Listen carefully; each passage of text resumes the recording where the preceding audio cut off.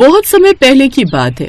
वीरपुर नाम के एक छोटे से गांव में जमींदार हरिप्रसाद रहता था। हरिप्रसाद बहुत ही घमंडी स्वभाव का था। वो हमेशा अपने द्वारा किए गए कार्यों को खुद ही बखान करता रहता था। जब भी कोई तीज त्योहार आता तो हरिप्रसाद बढ़ा चढ़ाकर दान करता और लोगों की प्रशंसा पाता। सेठ हरिप्रसाद को गरीबों से कोई मतलब नहीं था। उसे तो बस अमीर सेठों के सामने अपने ठाट बाट दिखाने का मौका चाहिए होता था। वो ऐसे ही मौके की तलाश करता रहता था। इस बार महाशिवरात्रि के पावन पर्व पर भी ऐसा ही कुछ होने वाला था। अरे मैंने सारे प्रबंध कर लिए हैं। इस बार शिव मंदिर में मैं सोने के शिवलिंग को स्थापित करवा रहा हूँ। हैं? सोने का शिवलिंग?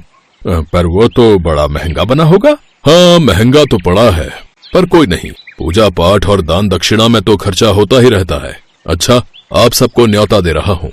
शिव मंदिर में सुबह शिवरात्रि पर शिवलिंग का जलाभिषेक होगा। शिवलिंग की पूजा की जाएगी। तो सभी बड़े सेठों को मैंने पूजा में आमंत्रित किया है, जिसमें से आप भी हैं। तो आपको समय पर पहुंचना है। जी जी, बिल्कुल बिल्कुल आएंगे, अवश्य आएंगे। वैसे सुबह सुबह तो मंदिर में बहुत भीड़ हो जाएगी सेठ जी, क्योंकि पूरे गांव के लोग भी होंगे। पूजा में तो बहुत समय लग जाएगा। नहीं, पूजा में पूरे गांव में से कोई नहीं होगा। सिर्फ हम जैसे अमीर और संपन्न लोग ही महाशिवरात्रि की पूजा में शिव मंदिर में एकत्रित होंगे। कोई जरूरत नहीं है हमें किसी और को बुलाने की। अरे, सोने का शिवलिंग है, कभी किसी की नीयत बिगड़ गई और कोई चुरा कर ले भागा तो क्या करेंगे? इन गरीबों का कोई भरोसा नहीं। शिवलिंग को तोड़कर भी सोना ले जा सकते हैं। इसलिए मैंने तो सोच लिया है, शिवरात्रि के दिन गरीबों के लिए शिव मंदिर में कोई स्थान नहीं रखना। मैं मंदिर के पुजारी बाबा को पहले ही बोल दूंगा। गांव का जमींदार होने के नाते मेरी आज्ञा सब मानेंगे। चौधरी हरिप्रसाद ने गांव में आदेश दे दिया कि महाशिवरात्रि के दिन गांव के सभी गरीब परिवारों के लिए मंदिर में प्रवेश करना निषेध है। मंदिर में शिवरात्रि के उत्सव पर उनके प्रवेश पर पाबंदी लगा दी। ये सुनकर सभी गांव वाले बहुत परेशान हो गए। अरे, अब हम क्या करेंगे? शिवरात्रि पर शिवलिंग की पूजा नहीं करी तो हमारी पूजा सफल कैसे होगी? ऐसा जमींदार साहब क्यों कर रहे हैं? एक तरफ वो अपने आप को बड़ा शिव भक्त कहते हैं, शिव मंदिर में सोने का शिवलिंग स्थापित कर रहे हैं, इतनी पूजा पाठ करते हैं, इतने दान पुण्य करते हैं, और हम गरीबों से भेदभाव। अरे, ये कैसी भक्ति है चौधरी साहब की? हम सब तो शिवरात्रि पर व्रत करते हैं, पूजन करते हैं, शिवलिंग पर जल चढ़ाते हैं। सब पूजा कार्य कैसे होंगे अगर हम शिव मंदिर में प्रवेश नहीं कर पाएंगे? ये तो चौधरी साहब हमारे ऊपर जुल्म कर रहे हैं। खुद मंदिर में पूजा करेंगे और हमें मंदिर में प्रवेश नहीं करने देंगे। शिव शंकर, ऐसा हमारे साथ अन्याय क्यों हो रहा है? हम गरीबों पर ही ऐसी विपदा क्यों आती है? हम आपकी पूजा नहीं कर सकते, आपके शिवलिंग पर जल नहीं चढ़ा सकते। ये सब हमारे साथ क्यों हो रहा है? हे भोलेनाथ, अब हम क्या करें? वीरपुर गांव में रहने वाली एक वृद्ध स्त्री बिमला भगवान शिव की परम भक्त थी। वो गांव के पास ही एक छोटी सी झोपड़ी में रहती थी। बिमला का इस दुनिया में कोई नहीं था, इसलिए वो भगवान शिव की भक्ति में ही अपना जीवन बिताती थी। बिमला की नजर कमजोर हो गई थी, उसे ज्यादा दिखाई नहीं देता था। इस वजह से वो मंदिर जाने में असमर्थ थी। बिमला ने अपने घर के आंगन में एक छोटा सा मिट्टी का शिवलिंग बनाया हुआ था। वो इस मिट्टी के शिवलिंग की सुबह उठकर पूजा आराधना करती थी। बिमला ने अपने घर के आंगन में ही फूल और बेलपत्र के पेड़ लगाए हुए थे। बिमला शिवलिंग पर जल चढ़ाकर अपने आंगन से फूल और बेलपत्र तोड़कर शिवलिंग पर चढ़ाया करती थी। जिस समय बिमला अपने घर के आंगन में शिवलिंग की पूजा कर रही होती थी, उस समय गांव के लोग उसे पूजा करते हुए देखते हुए वहां से गुजरते थे।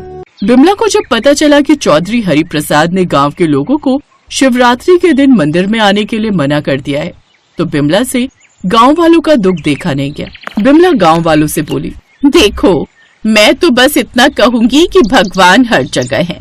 अगर आप लोग चाहो तो मेरे घर के आंगन में बने मिट्टी के शिवलिंग की आप सब शिवरात्रि के दिन पूजा अर्चना कर सकते हो, शिवलिंग पर जल चढ़ा सकते हो, धूप दीपक आरती कर सकते हो।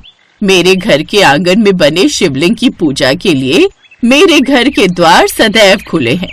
जो भी शिवरात्रि के उत्सव पर शिवलिंग की पूजा करना चाहता है वो मेरे घर आकर पूजा कर सकता है।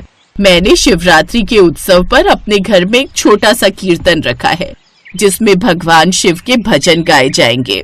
सब मिलकर शिवलिंग की पूजा करेंगे और भगवान शिव के नाम का जाप और कीर्तन करेंगे। गांव वाले कुछ पलों के लिए सोचने लगे, फिर सबको यही सही लगा कि सब लोग मिलकर बिमला के घर में बने शिवलिंग की पूजा करेंगे। सबने यही सोचा कि भगवान तो सभी जगह हैं, अगर शिव मंदिर में उन्हें प्रवेश नहीं मिला तो कोई बात नहीं, बिमला के घर में बने शिवलिंग की पूजा करके ही वो अपना शिवरात्रि का व्रत पूर्ण करेंगे। जब चौधरी हरिप्रसाद के कानों तक ये बात पहुंची कि गांव वाले बिमला के घर के आंगन में बने एक मिट्टी के शिवलिंग की पूजा करने के लिए जाने वाले हैं, तो सेठ हरिप्रसाद जोर जोर से हंसने लगा। अरे ये गांव वाले पागल हो गए हैं, उस बुढ़िया के आंगन में बने मिट्टी के शिवलिंग की पूजा करने जा रहे हैं। अरे वो मामूली सा मिट्टी का शिवलिंग जो उस बुढ़िया ने नदी की थोड़ी सी मिट्टी लेकर बनाया था, इतने सारे गांव वालों के द्वारा चढ़ाए गए जल को क्या सहन कर पाएगा? नामुमकिन। एक लोटा जल बड़ी मुश्किल से वो शिवलिंग सहन कर सकता होगा। इतने सारे लोग जब उस शिवलिंग पर जल चढ़ाएंगे तो देखना, मिट्टी का शिवलिंग पानी के साथ ही बह जाएगा। मिट्टी के शिवलिंग में इतनी ताकत कहाँ जो इतना सारा जल सहन कर ले। देखना, ढेर हो जाएगा ढेर। हमारे सोने के शिवलिंग के सामने उस बुढ़िया का मिट्टी का शिवलिंग कुछ भी नहीं है। कल महाशिवरात्रि के दिन हमारा सोने का शिवलिंग चमकता हुआ दिखाई देगा। मैंने बहुत मेहनत से बहुत भारी सोने का शिवलिंग बनवाया है। कल सुबह शिवलिंग की स्थापना के बाद ही हम शिवलिंग पर पूजा करके जल चढ़ाना प्रारंभ कर देंगे। जमींदार हरिप्रसाद का अहंकार सिर चढ़कर बोलने लगा था। वो गरीबों की भक्ति का मजाक उड़ा रहा था। ये देखकर भगवान शिव क्रोध में आ गए और उन्होंने हरिप्रसाद को सबक सिखाने के लिए एक लीला रची। हरिप्रसाद के अहंकार का घड़ा फूट गया जब उसने सभी बड़े अमीर सेठों के साथ मिलकर शिवलिंग पर जल चढ़ाया तो सोने का शिवलिंग पिघलकर बहने लगा। धीरे धीरे करके सोने का पूरा शिवलिंग गायब हो गया और सोना नाली में बह गया। ये देखकर सेठ हरिप्रसाद और बाकी सभी मेहमान चौंक गए। तभी मंदिर में शिव जी की आवाज गूंजने लगी। जमींदार हरिप्रसाद, तुमने मेरे भक्तों का मजाक उड़ाया है, इसलिए मैंने तुम्हारे अहंकार का सर्वनाश कर दिया। मुझे तुम्हारा सोने का शिवलिंग स्वीकार नहीं है। मैं तुम्हारी शिवरात्रि की पूजा को स्वीकार नहीं करूंगा, क्योंकि तुम्हारी पूजा में अहंकार छिपा है। यदि मेरी सच्ची भक्ति और पूजा का फल प्राप्त करना चाहते हो तो अहंकार को त्याग दो, सबको एक समान समझो। मेरी पूजा में अमीर और गरीब कुछ नहीं होता। अब मैं तुम्हारी पूजा तभी स्वीकार करूंगा जब तुम सच्चे मन से अहंकार को त्याग कर मेरी पूजा करोगे। जाओ और बिमला के घर के आंगन में बने मिट्टी के शिवलिंग की पूजा करो, तभी मेरा क्रोध शांत होगा और तुम्हें मेरी पूजा का फल प्राप्त होगा। अब मुझे क्षमा प्रभु, क्षमा, मुझे क्षमा कर दीजिए प्रभु। मैं अभी जाता हूँ। हाँ, अब मैं कभी अहंकार नहीं करूंगा। मुझसे भूल हो गई प्रभु। मुझे अपने पैसों का घमंड हो गया था। मैं अपने घमंड का त्याग करूंगा। मैं सच्ची श्रद्धा से आपकी पूजा आराधना करूंगा। चौधरी हरिप्रसाद सभी मेहमानों के साथ मिलकर बिमला के घर पहुंचता है। चौधरी हरिप्रसाद को अपने घर आया देख बिमला हैरान रह जाती है। चौधरी हरिप्रसाद अपनी घृणा और अहंकार का त्याग करके सच्चे मन से मिट्टी के शिवलिंग की पूजा करता है। उस दिन के बाद जमींदार हरिप्रसाद ने अपने अमीरी का घमंड करना बंद कर दिया।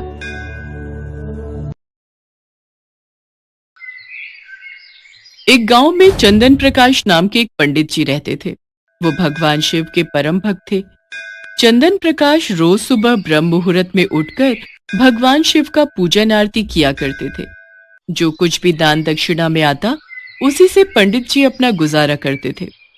पंडित जी के पास भले ही खुद के लिए इतना नहीं था, फिर भी वो स्वभाव के बहुत दयालु थे। जब भी कोई जरूरतमंद मिल जाता वो अपनी क्षमता के अनुसार उसकी सेवा जरूर करते थे। ओम नमः शिवाय। ये लो माई, ये कुछ फल और अनाज रखो, ये तुम्हारे काम आएगा। अब तो ठीक है ना? हाँ हाँ पंडित जी, ये तो बहुत है। भगवान आपको हर खुशी दे। पंडित जी के इस दानी स्वभाव से उनकी पत्नी उनसे कभी कभी गुस्सा हो जाती थी।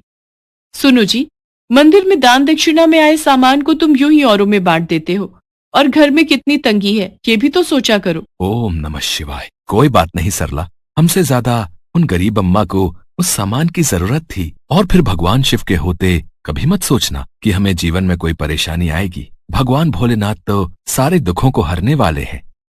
यदि हमारे जीवन में दुख आएगा तो वो क्षण भर में हर लेंगे। एक समय ऐसा आया जब मंदिर में दान दक्षिणा कम आने लगी, जिससे पंडित जी को आर्थिक तंगी का सामना करना पड़ा। घर की मूल आवश्यकताओं की पूर्ति नहीं होने के कारण वे दुखी रहने लगे। इसी तरह दिन बीतने लगे। एक दिन महाशिवरात्रि का दिन आया। उस दिन भी पंडित जी हमेशा की तरह प्रातः काल उठे और मंदिर की ओर चल पड़े। पंडित जी ओम नमः शिवाय का जाप करते जा रहे थे। ओम नमः शिवाय, ओम नमः शिवाय, ओम नमः शिवाय, ओम नमः शिवाय। संयोग से देवी पार्वती और भगवान शिव इसी रास्ते से भ्रमण कर रहे थे। देवी पार्वती ने पंडित जी को देखा। वे भगवान शिव से बोली, प्रभु, पंडित जी आपकी कितनी पूजा और सेवा करते हैं। आज भी इनके चेहरे पर शिवरात्रि के शुभ अवसर पर इतनी परेशानियां होने के बाद भी एक उत्साह है। ये सदैव गरीबों की भी मदद करते हैं। वह स्वयं जीविकोपार्जन के लिए बहुत कम कमा पाते हैं, फिर भी उनकी आपके प्रति आस्था कम नहीं होती। आज महाशिवरात्रि का पावन उत्सव है। आप अपने भक्त की सहायता कीजिए प्रभु। देवी पार्वती, अपने भक्तों की चिंता मुझे सदैव रहती है, और वे भक्त जो सदैव गरीब और जरूरतमंदों की सहायता के लिए तत्पर रहते हैं, ऐसे भक्तों के लिए मैं सदैव उपस्थित रहता हूं। आप निश्चिंत रहिए। आज पंडित जी मेरे शिवलिंग पर जितने बेलपत्र भी चढ़ाएंगे, वही बेलपत्र आज रात्रि में पंडित जी को धनवान बना देंगे।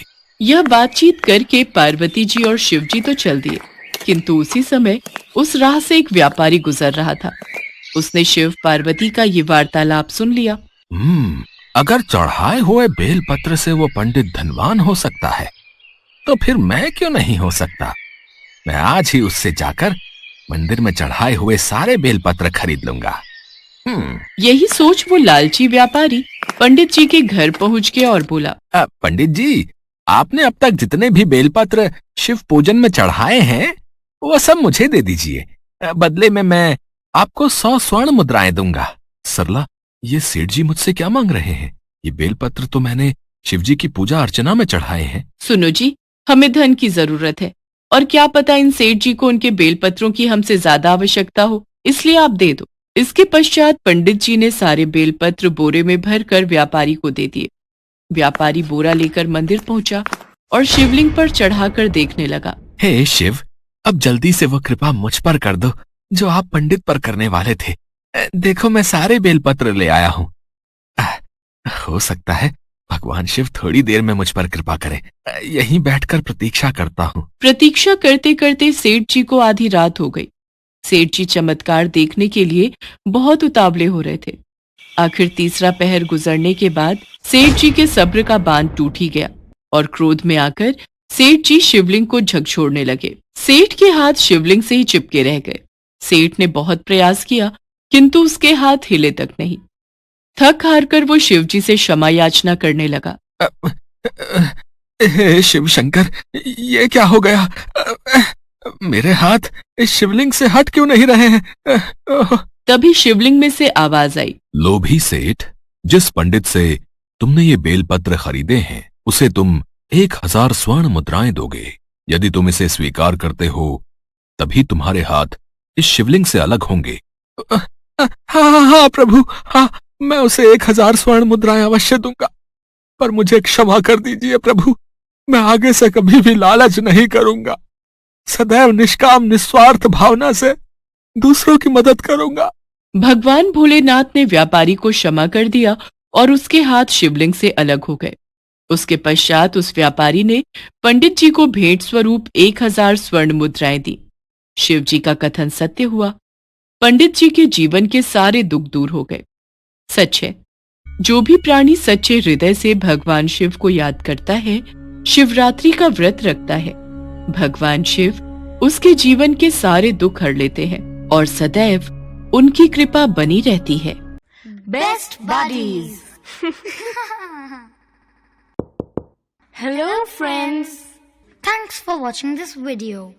अगर आपको ये वीडियो पसंद आया है तो प्लीज लाइक, सब्सक्राइब, कमेंट्स करें इस वीडियो पर, और हाँ, शेयर करना भी ना भूलें। और भी मजेदार वीडियो देखने के लिए नीचे दिए गए बेल आइकॉन को दबाएं। देखते रहिए बेस्ट बडीज।